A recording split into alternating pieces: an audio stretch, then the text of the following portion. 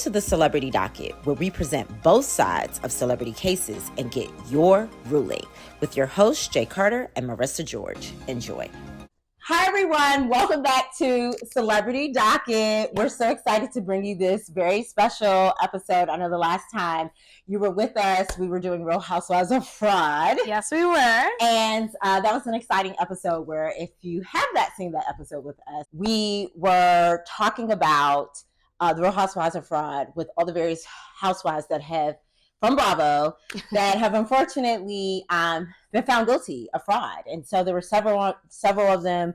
We talked about Jen Shaw. We talked about Teresa Giudice. Yes. Yeah. It's basically the whole pipeline of how everyone goes, or not everyone, but a lot of people on Bravo go from Bravo TV to prison. Yes. The pipeline. And now Wendy, she's not a part of our lineup today, but just a quick update about Wendy. So Wendy Osefo and her husband Eddie Osefo are actually, their trials have been put back together. So if you haven't been following, they were together, then they took them apart, then they brought them back together. So they're back together, and it'll be in January. Yeah, that would be really interesting. I'm very curious to see what happens with them. Yes.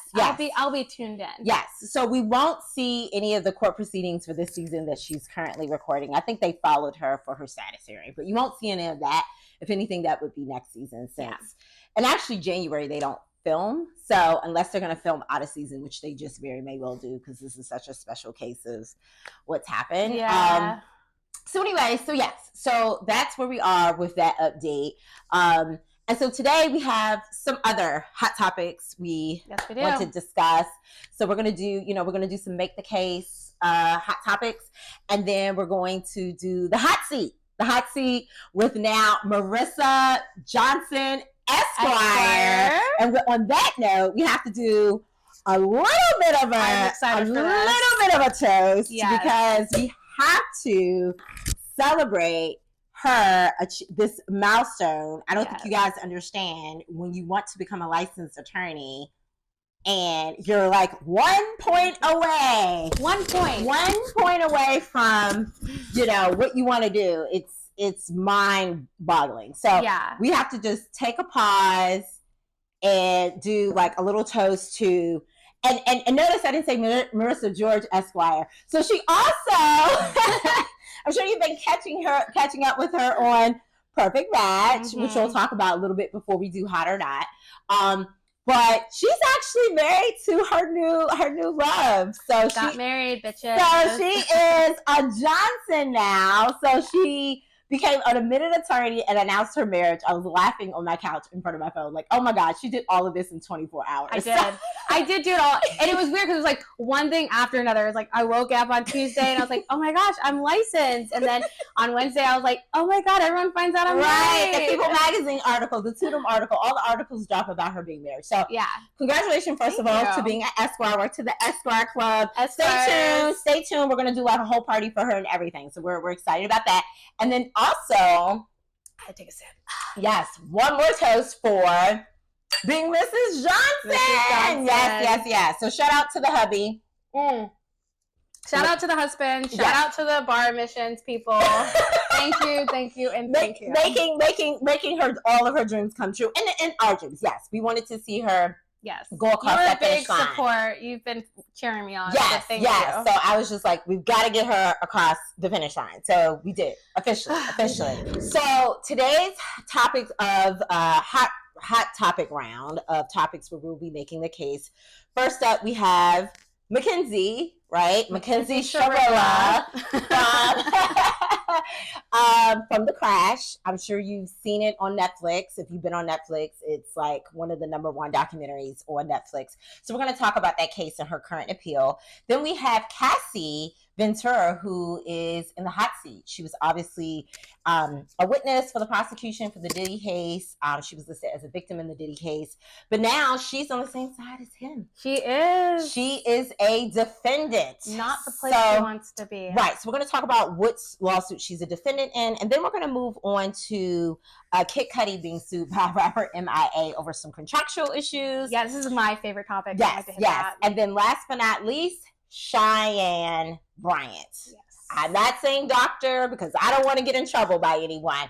She is now really self-proclaiming herself as more of a life coach and psychology expert. And we'll talk about why she should have just started off with that in the first place. Probably. And she wouldn't have been on our round of hot topics. Yeah. So I am going to start off with the crash in Cassie and you know, give you guys some facts if you don't know exactly the facts about those cases, and make the case for Mackenzie and Cassie. And then we'll move on. Marissa's going to take the lead with MIA and Cheyenne Ryan.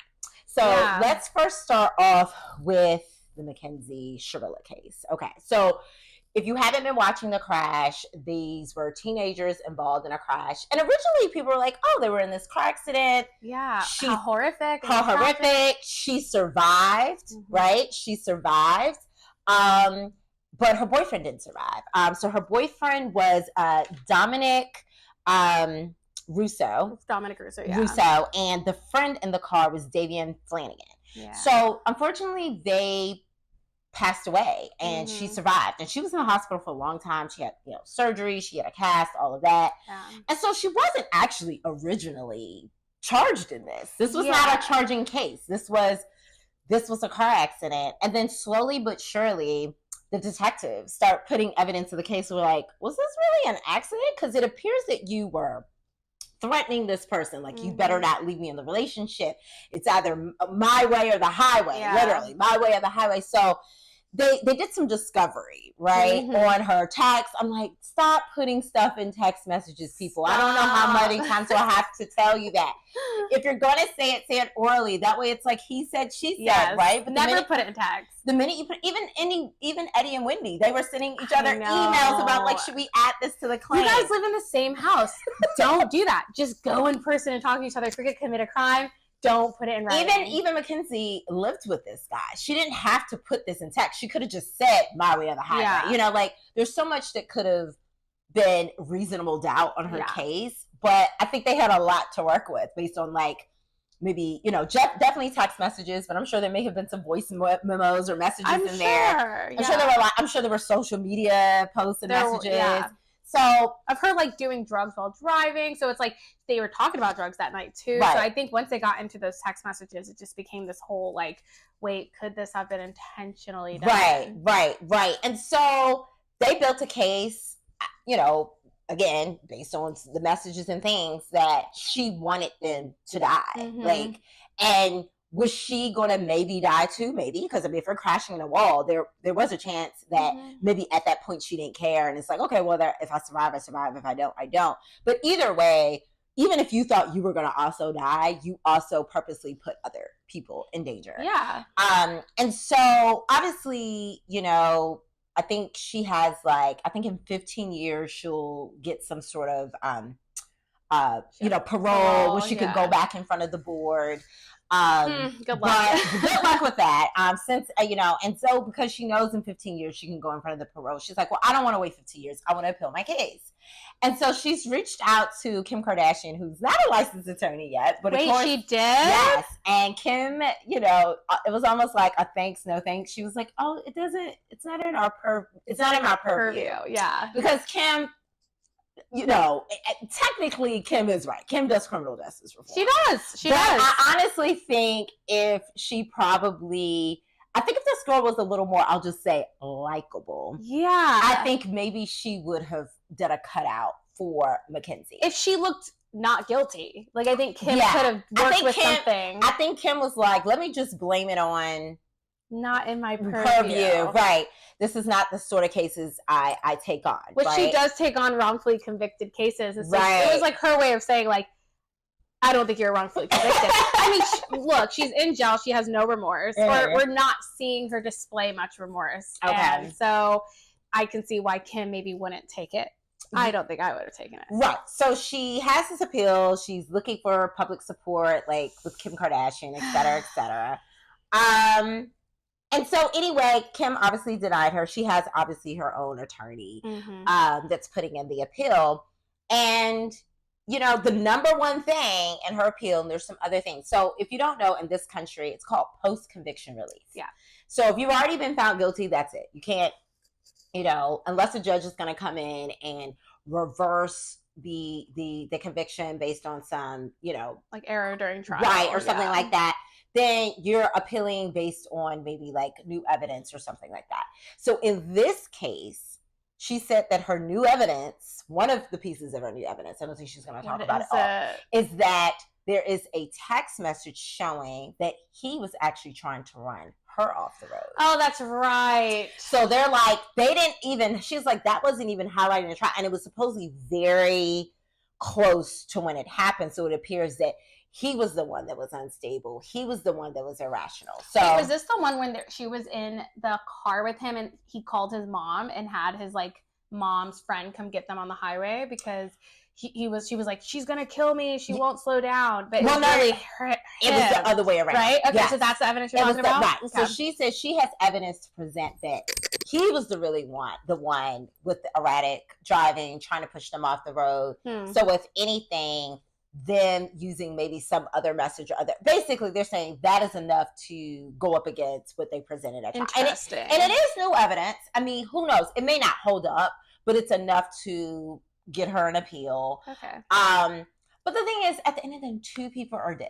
2 people are dead, and I don't know what judge and or jury would be as open to giving you that much less than the 15 years you're waiting for parole. Like, I mean, the fact that you only have to wait 15 years and 2 people are dead, and she's really young, but she's doing brand deals from jail. Is she really? Yes, like her mom is still managing. In fact, when it first happened, people were still reaching out to her. So this is before it became a criminal case, but it was all over the news that it had happened. People are like, oh, we're interested in her. Like her mom was still managing her account. And even now there was a recording that came out and she was complaining to her mom that she didn't have enough to read and she didn't want to read the same book or whatever or magazine over and over again. And she was like, well, they've transferred you to a new place, so you're gonna have to wait. You're gonna have to wait. And she's like, I can't keep reading the same thing over and over again. And then wait for it. Her mom says, and I kid you not, if you want to find the recording, it's on TMZ. She goes, this is her mom. This is how naive clearly they are. She says, well, now that you're in a new place, I'm surprised they didn't give you like a welcome package. Oh God. We're in prison, Mom. We're in prison. I'm not summer camp. I killed 2 people. I mean, you can't make this up. Like a welcome package, maybe they give you like a book, a blanket. Orientation and a welcome basket. Here, welcome to prison for killing your 2 friends. But the fact that her mom said that was just so hilarious to me. Yeah. I was like, and maybe it was a poor choice of words, obviously, but I also think it really does show their mindset. I don't think they understand how serious this is. I also think they probably don't think that she's going to be there for very long. I have seen that online. Like I've listened to some of the phone calls and I just do not feel that there has been much. It doesn't seem like someone who accidentally did this to her friends. Like it seems like it was intentional, and I don't think the court got it wrong at all, putting her in jail. And again, she didn't get life. I mean, she has an opportunity to get out and start over because she is young. Her her frontal cortex is not all developed. So does she have an opportunity to possibly get out, start over? Sure.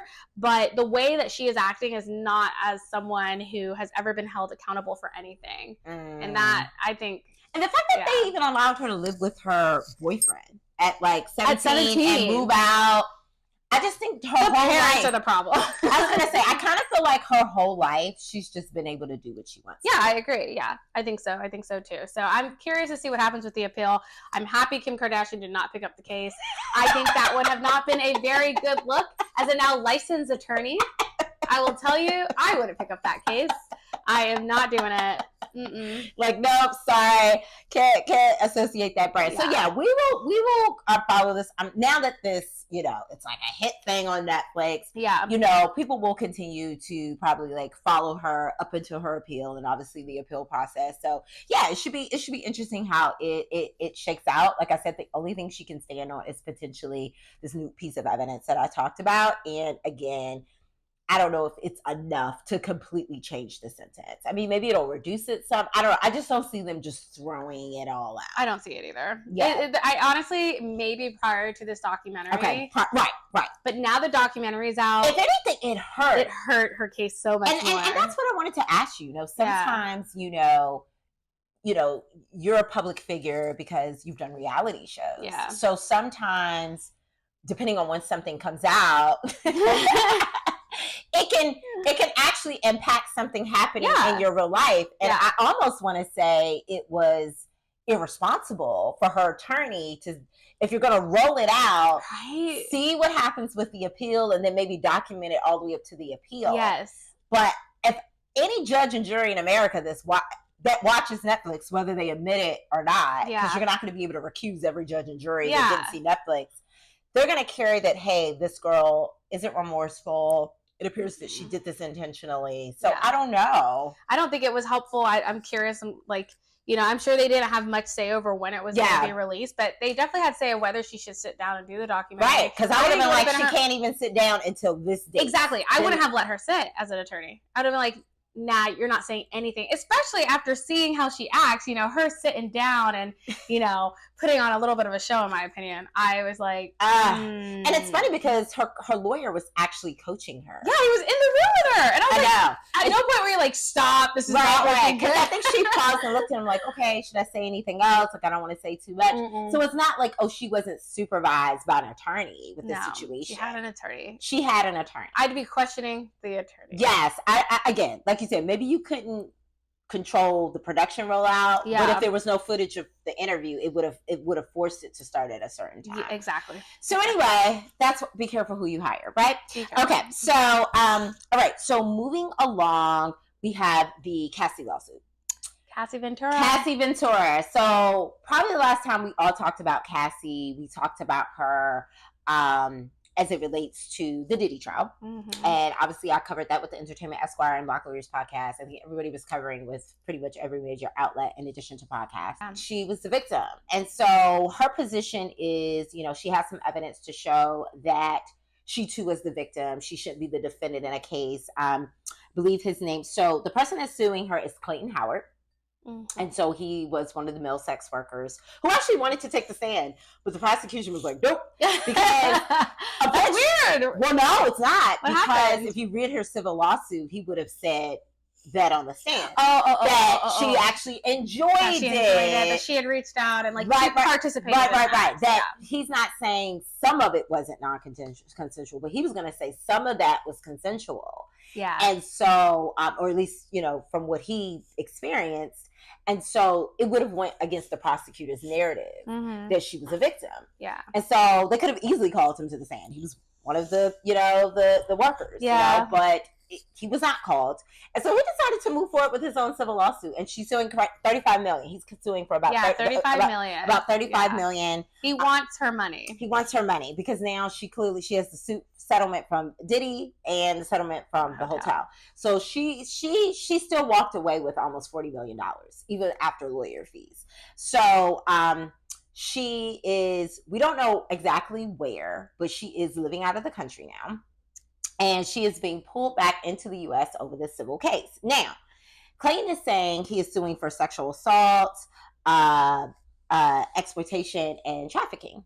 And so if you recall, she testified for the prosecution. Yeah. So she had immunity for transporting prostitutes herself, right? On the criminal side, she got immunity from that. But just because you get immunity from something doesn't mean that you didn't do it. So he's bringing up her also transporting him across state lines as sex trafficking, exploitation, and also assault. He claims that she knew she had an STD and that she gave it to him.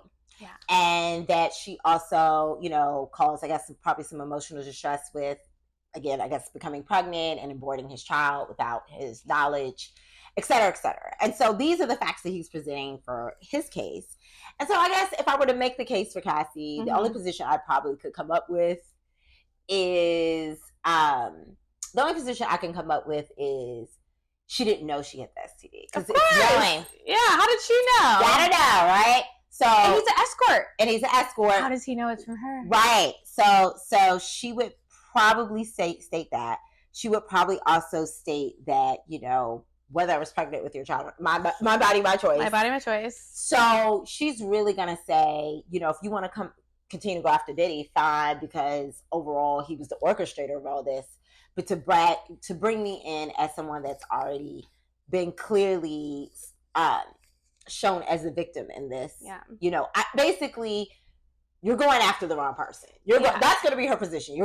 She's going to say, I'm not saying all this stuff didn't happen. I'm just saying you're going after the wrong person. So yeah, she's sitting on the other side. But make the case for Clayton. For Clayton. I mean, look, he has some evidence, right, that she did participate in some of the trafficking behaviors in which Diddy did, you know, engage in.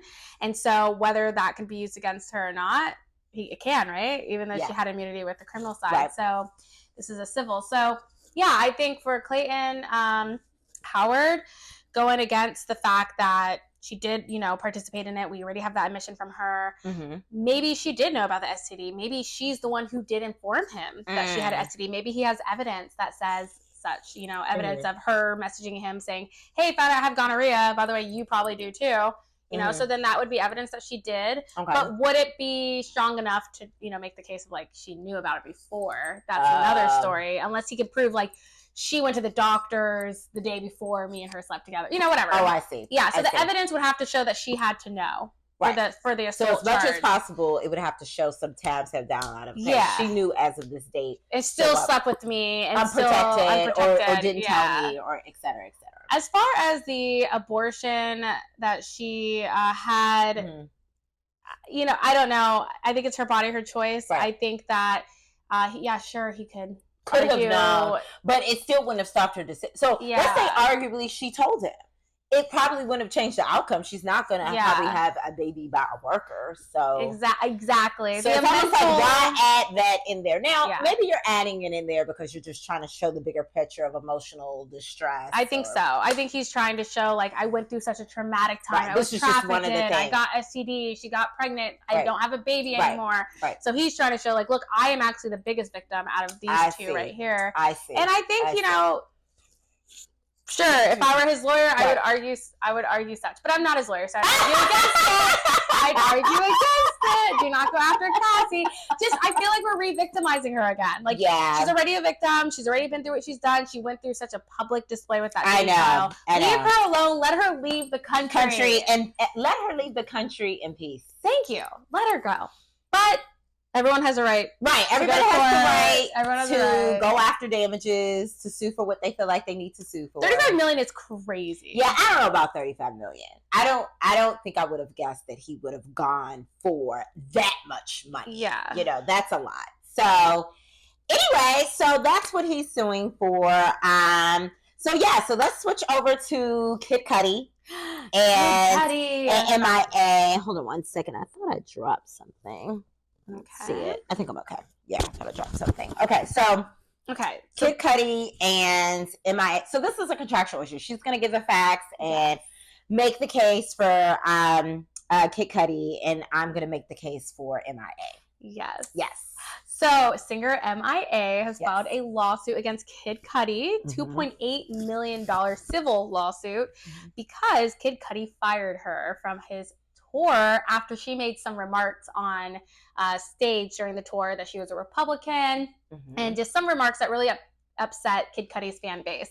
And Kid Cudi apparently had told his whole tour crew and management that he does not want any offensive behavior on this tour, and so he decided to drop her from the rest of the 33-date tour that he has going on.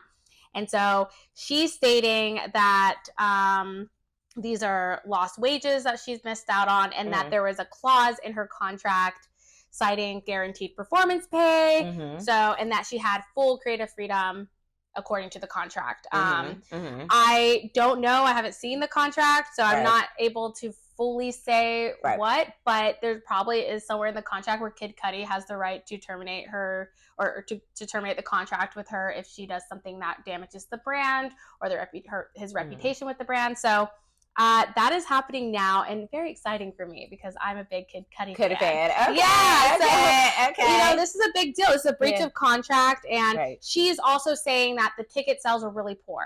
That he fired her because he wanted to generate buzz around the tour because the ticket sales were going poorly. I don't know if the ticket sales were going poorly. I can't really say that. But I would argue that, I guess I'm making a case for Kid Cudi. For Kid Cudi, I would argue that, he did have a right to terminate this contract and to fire her from the tour. Whether he knew she was a Republican or not, probably wasn't really such a big issue for him. He didn't want to offend his fans. So maybe his fans didn't know she was a Republican. Maybe that's something he didn't want people to know. I don't know. But I do think that her remarks did damage somewhat of his brand and reputation. And he can equate it to a monetary. Yes, exactly. Like, look, people are not going to come to my tour because you're saying you're a Republican, and we know what the climate is like out here. If you're a Republican and I'm not, then my fan base isn't, then they're not going to come and support. And so I think he does have a legitimate, strong case here. And even though I'm making the position for MIA, we were talking before we did the episode about it may not fall under the morality clause because obviously your political affiliation isn't necessarily like per se a moral thing, but it could be a clause, like you said, we haven't seen the agreement, but there could be some language that, I always say, if you want to get away with something, try to find some vague language that can capture it. So I have a feeling that it's something similar to a morality clause where it says, if you make any statements or do anything prior or during the tour that could impact, like there's probably some sort of language he's leaning into. I don't think he just blindly just threw the contract out the window and says, I don't want you to be on the tour anymore. I'm sure there's some vague language you're leaning into. But with that being said, making the position for MIA, she's probably going to say what trumps any sort of vague language is that there was clear language that said she had full creative control. Right? So creative control of, and creative control can be a lot. It can be what statements you make prior to a song, like in what context did you talk about a song. But again, not to take Kid Cudi's side, someone could argue that, you talking about your political affiliations may not be creative control. Yeah, what's that have to do with your performance? So you would have to connect. So basically, in order to stand on the creative control, clear language in the contract, she would have to show how her talking about her political affiliation has anything to do with the creative control of how she was setting up the songs and all of that. So she would have to make a connection, and at this point I don't know what that connection would be, but she would have to make that argument. And then there was some clear language that she had guaranteed payment no matter what.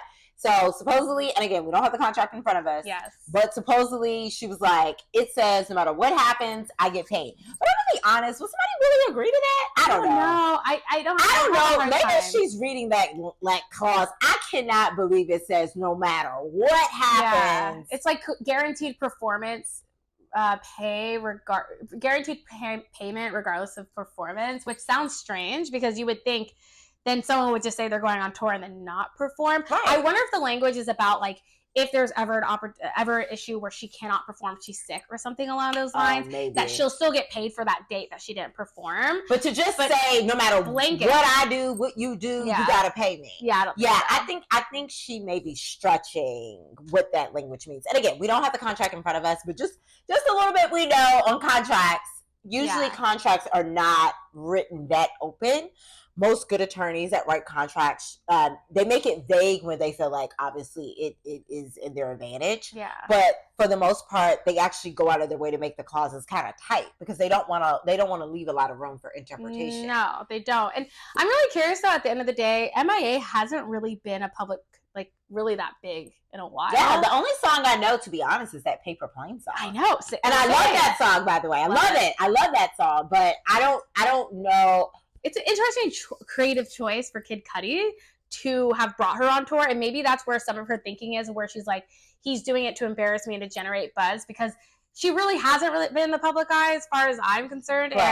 And it's like, okay, let's bring her out. She's out of, bring her out of retirement and then let's embarrass her because we know she's a Republican. It doesn't sound right. I don't know. Something is not it's not clicking, am I? It's not clicking right. Something's not clicking on both sides. So anyway, we'll see if they most likely the lawyers will probably get them to try to settle this out of court. I don't think they want to go to court over this. I mean, would be crazy. It could go to court, but I think because it's a contractual issue, this is probably something at a minimum we'll probably go to mediation first. Yeah. So yeah, we'll follow what happens with that suit, and then what do you guys think? Yes, what do you guys think? Because we're definitely going to start incorporating what you guys think about all of our topics. We're going to start incorporating that in some of our short reel promos, some of our polls underneath, some of our videos. So we definitely want to hear what you guys think about Mackenzie with a crash.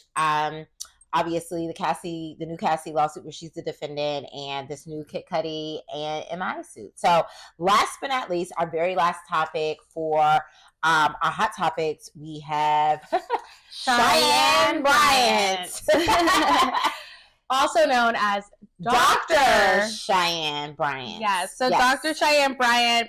I am actually not very familiar of her, of who she is. I've not really seen her on TV, but she's involved with Teen Mom. Yeah, she's produced. She's been involved with Basketball Wives. Yeah, right? she's done some coaching and some sessions for the ladies, because I will say they need it. They need it on They Basketball always Wives. need it. Yes. So she has positioned herself as mainly behind the camera as someone who provides mental health services to cast and production, right? Correct. And now that she's kind of come forward a little bit into the spotlight, people are now calling into question her credibility. And her credentials, Yes, specifically her credentials. So she goes by Dr. Cheyenne Bryant. I believe on her website, she does position herself as Dr. Cheyenne Bryant, life coach, wellness expert.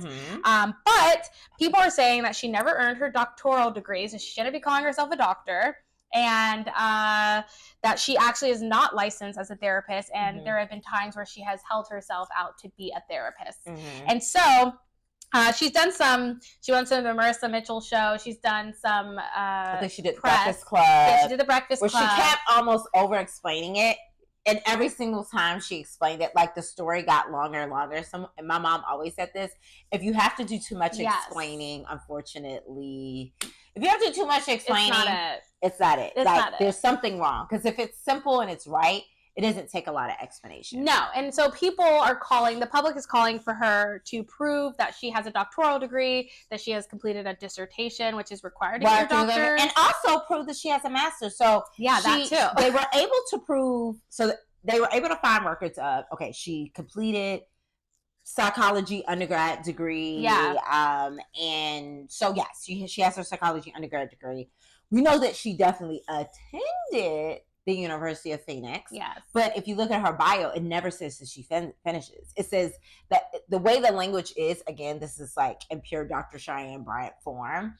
Oh, in the middle of her program, she realized she should be doing this. So in the middle of the program, you decided to change course and just go get a PhD. Because here's the thing, you don't need a master's to get a PhD. No, and you don't need a PhD to be a licensed therapist. Right. So what we're wondering is, we know you at least started your master's program, but according to your bio on your website, we can't tell if you actually finished the master's program, which is fine if you didn't. Okay.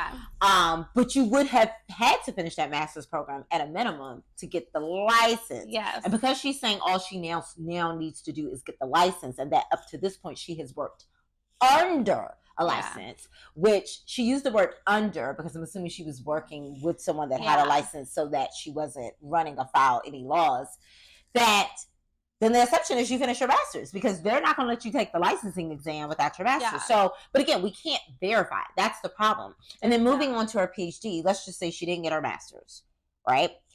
She could still call herself Dr. Bryant if she finished a PhD program. But can you finish a PhD program without your master's? Yes. You can. We didn't get my master's for my JD. Yeah, you can go straight. Yeah. So you can go straight. So even if, let's just say, we're calling into question her master's, and she doesn't, and she's not eligible to get a license, let's just skip over that step. She could still be Dr. Bryant with completing a PhD program. Yes, but the problem is she cannot prove if she has a PhD, because the school that she attended, which I have the name written down. I don't know how to. I think It's Argosy. Yeah.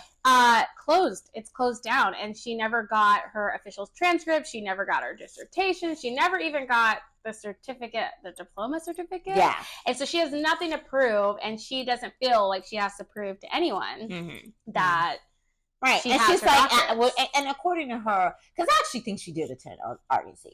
I actually think she attended, because she probably can. I actually think she attended University of Phoenix.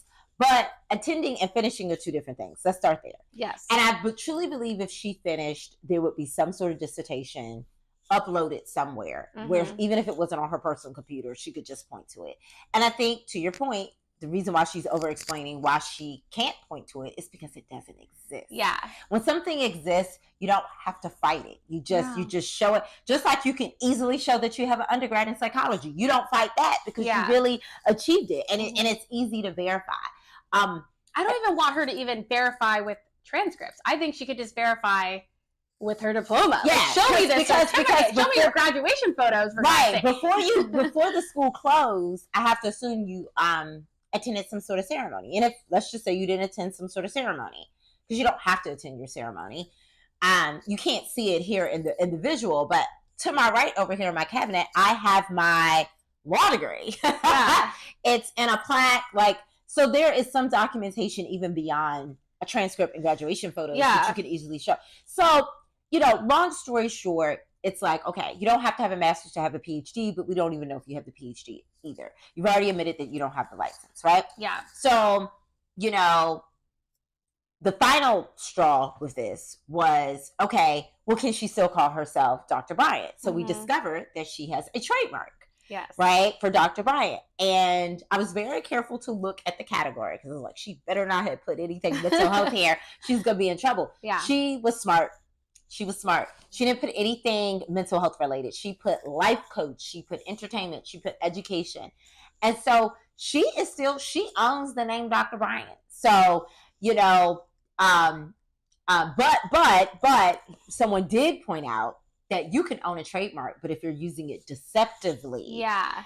That's the issue. Is she presenting herself as a mental health, like a licensed mental health professional? And of course she's going to say, no, I'm not. But I think just based on her language and even just holding herself out as a therapist before, someone would have perceived that. And so at this point, I'll be honest, there's so many rules that even if she's not breaking them anymore, she's already broken. Yeah. Again, just California, not necessarily other states. You can't hold yourself out as a therapist if you don't have a license, especially if it has to do with mental health. So the fact that she is on camera saying that she was the therapist for someone. Yes. She's already said it. Like famous people. I think she's a therapist for Nick Cannon and other people. So she's held herself out. She's held herself. So in specifically in California, you have to have a license, and it's a fine. You can pay a fine. It's a criminal offense, right? But then you also have the medical board that can come after you. You then have the FTC if it's deceptive practices. Yeah. And then going back to criminal federally, there was an attorney that pointed out that this could even be considered wire fraud, because the minute you receive money. So say a little bit more about that. The minute you receive money. So if she receives any money in the course of presenting herself as a mental therapist for somebody else, that would be wire fraud at that point, right? Yeah. The minute you accept the payment, it's wired. You accept the payment electronically. Yeah. And I believe, if you go to her site, you can book a session through PayPal. Like the minute you hit submit and you think that she's licensed or you're under some other impression of her services, so it's wire fraud. So you're running offense of your trademark, you're running offense of federal law, criminal law, and even trademark law. You can't hold that out. And I don't know if the audience is familiar with Stormy Bryant, but she was promising with her coaching services she could pretty much make everyone millionaires. And FTC was like, no, you got to stop saying that. Like, you got to put a disclaimer or something on your services. So she could even have the FTC coming after her for and again, that's separate from trademark. That's separate from California criminal or federal. These are all separate things. So it should be interesting. Some people have already filed complaints against her. I don't know how far they will go. I think now that she's being super technical about what she said before and even what she's saying now, that maybe these various, because they would have to want to prosecute. That's another thing. Yeah, so I don't know if they will. That's my thing. I don't know. They may not. They may not want to. They may. She very may well have run offense to all this, but the trademark board would literally have to say, "Yeah, we want to go after this." The FTC would have to say, "We want to go after this." A prosecutor in California would have to say, "I want to go after this." A board and the medical board. I guess if you already filed a complaint, they do have to look into it, but. I guess what I'm saying is most of these entities, it would require some sort of like prosecutor, some sort of board. I don't know if all these, while these are all potentials, I don't know if anybody's going to actually do it. So we'll see. I mean, what I will say is, including this podcast, she has gotten some free marketing. She has. Dr. Bryant has gotten free marketing for better or worse. She even came out with t-shirts talking about still Dr. Did Bryant. She really? Oh, she's rubbing it in her critic's face. Wow. I hope that doesn't come back to bite her on the ass. I know. She's like, she has all these beautiful t-shirts, like really promoting herself and what she did and how she's standing basically 10 toes. She's not, that almost makes you believe then maybe she is a Dr. Bryant, or maybe she's leaning into the trademark, or maybe she really did finish school. I just feel like she doesn't owe me anything. Right. She owes her patients. Right. She owes her patients. You don't owe me, Marissa, and the public, but you owe your patients. Yes. So here's my thing, Dr. Bryant. Here's a word or advice from us. Some lawyering advice. Yes. If your patients, because like I said, you don't owe us anything. Mm-hmm. If you're coaching clients, if someone says, "Hey, I would like verification that you finish this part," give it to them. Give it to them. You don't owe the public, but you do owe them. Or include a disclaimer. We love a disclaimer. Include a disclaimer so that you're not misleading any of your patients. It's like when I was a lawyer but not licensed. Right. I made sure I was like, I'm a lawyer but I'm unlicensed. You don't want to mislead anyone, and I'm sure they have ethics that they're not supposed to. Right. So I think disclaimer, or just provide it to your patients. Yes, I think at this point that's all you can do moving forward. She has this book that she's promoting. Of course, she's still going on shows. Yes, so taking it from some licensed attorneys, that is our recommendation for Dr. Cheyenne Bryant moving forward. We'll see if anything ever comes of all these complaints. If anything, I think it was a larger conversation that actually was mentioned in Forbes. Forbes did not necessarily an article on her, but of course she slated it. Of course, yeah. It was actually saying that her pretty, privilege, and confidence is in psychology called the halo effect, where you are more naturally believed and you are shown more grace. So they actually used her as an example of the halo effect in the Forbes article. You should check that out. I'm sure she loves that. But she loved that she was just mentioned in Forbes. And I'm like, I don't think they were necessarily saying it in a good way. But she's so confident. I honestly, at the end of this conversation, I think I believe she's actually like a doctor. Right, at this point. The halo effect is working on Marissa. It's working. But they say psychologically, if somebody is like attractive and confident and relatable, it's called the halo effect. So anyway, check out that Forbes article. That was really interesting. We are going to switch gears to hot or not. So get your cards. Yeah, my cards. Get your cards. Okay. So we have some cases right now that we're like, are you really interested in hearing anything else about them? Okay.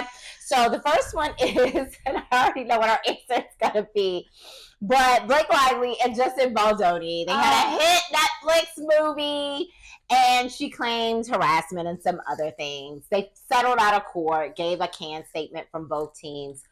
But recently, she dragged him back in for attorney fees. After it was all over, she still dragged him in for attorney fees. She can't leave this man alone. She's obsessed. Okay, so hot as a fellow Netflixer, because they had a Netflix movie, hot or not? Do you want to continue to learn about this? Why are you so obsessed with me?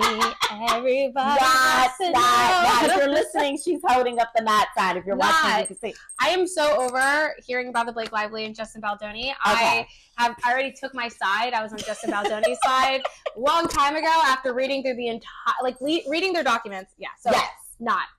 Okay, not. Okay, moving on. Megan Thee Stallion is actually being sued by her stylist. Pretty hefty. I think around $1.2 million. Stylists do charge a lot when you're in the public spotlight. I guess over a certain amount of invoices it could add, but that's a lot of styling. 1.2 million. I wonder over how much of a period of time. But are you interested in learning more about this lawsuit? Hot. Okay. It's a hot girl summer. I'm a hot girl. I do hot shit.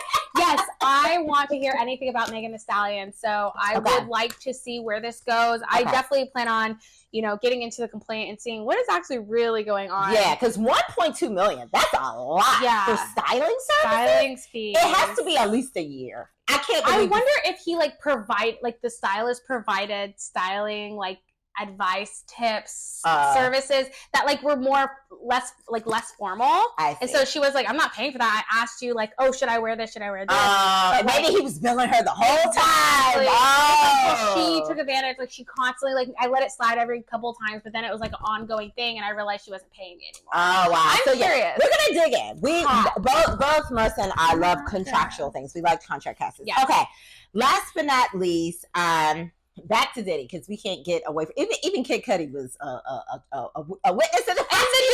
Yeah, actually, Kid Cudi. We cannot get away from Diddy if we try. So, please, hot or not, Daphne Joy was the Jane Doe in the Diddy trial as one of the victims that took the stand for the prosecution, and her revenge porn tape. At first, it was not verified that it was her. She actually verified and came out and said, yes, this is me. This was during a very dark time in my life. I was trying to please someone that did not, know my worth, my value. She made this whole statement. So she actually could have just kept quiet and let people just think it was her. She actually verified that it was her. And so the question is, are you interested in learning more about how does this fall within revenge porn? Because there are a lot of blog social media that reposted the video. Some of them didn't edit certain things out. And with revenge porn, you have to kind of know that the person didn't have permission, right, to be recorded. And so it's a state by state thing, but pretty much the revenge, statutes are kind of the same across the board. Are you interested in learning more about this revenge porn thing with Daphne? I think it's hot. I think I would like to know more about the revenge porn laws and what we're doing around it. Maybe there might be some new laws that come out of this, but I think it's good for everyone to know whether you should be sharing or not sharing people's explicit videos. And I think the big thing that's interesting to me is the news articles that posted the video or whatever outlets posted the videos, whether they're aware that it was not consensual. What was the purpose of it? Is it newsworthy? So I am interested in it, but I'm also not interested in it because I am tired of talking about Diddy. I don't want to talk about Diddy anymore. I know. We're done with Diddy. Please, let's move on. The victims need a rest. I feel like they need a rest. Yes. It's even with this, it's just a continued revictimization of it. Yeah. So we'll see. I mean, of course, 50 Cent is not very happy. He feels like it's embarrassing him and his son, but you chose that to be your is that his baby mama? That is his right. So this is why 50 Cent. This is why this is a hot topic, because he is so embarrassed. Every time something comes up about her, he's like, oh my God, my son has to go to school. Okay. And, she's still being very provocative on her Instagram. He's trying to get her to kind of calm that down. Be careful who you marry. And be careful who you have babies with, because you could always divorce them. You had a kid with this Divorce person. is not an option. Yes. You hear that, Mr. Johnson? Divorce is not an option. But yes, who you have kids with, divorce or not, you're stuck with that person. You are stuck with that person. And they could be evil. They could do anything. So that's the moral of the story. Very, very, very, very, very true. Well, thank you for playing that round of hot or not. We want to hear from you on these topics. Let us know. Are you making the case for any of these people? Mackenzie, Cassie, Kid Cudi, Dr. Cheyenne, MIA, Dr. Cheyenne Bryant. Who are you making the case for? Who do you think is right in all these cases? And what other legal topics? Because we know that she'll be leaving us soon and going to Japan. I'm going to Japan with my man. Yes. So I love that. I'm going to Japan with my man. It rhymes. I love that. Yes. So yeah, now I have an excuse to go to Japan because I actually have someone to visit. Yes. But yeah, we'll definitely continue to do this even virtually. We want to definitely bring you guys more topics with Celebrity Docket. We love our new name. Yes. We were originally doing a new segment called Legally Speaking on Fox 5. So shout out to Fox 5. This is how this all started. But we're super excited to bring you this new, more like lifestyle talk show format with Celebrity Docket. And so follow us all on social media. It's really easy, Celebrity Docket. And subscribe to us on YouTube and on all the audio platforms. It's all Celebrity Docket. You can't miss it. And until next time, everyone, take care and stay tuned. Bye. Thank you. Bye. Cheers. All right. We did it. Thank you for listening to the Celebrity Docket. Follow and comment on our show across all platforms and join us on social media @Celebrity Docket.